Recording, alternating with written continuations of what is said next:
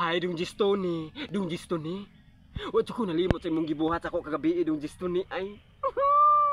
Bisan to dugwa nimo gihatag ang sukli. 500 man gud akong gihatag nimo Gistoni. Uy, nya tong sabot to 50 ra ba.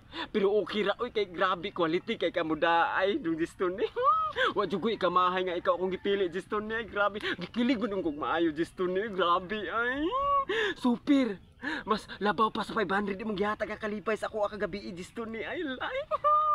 Sa tanan-tanan lalaki nangagis akong mga kamot Gistoni no. Ikaw ra jud pinakanindot ug pinaka the best nga akong nakita. Ala, Gistoni. Makikrimat siya ako sa imuha dong Gistoni ha. 500 ang gyapon. 500 gyapon dong ha. Ayaw usbay yung presyo dong.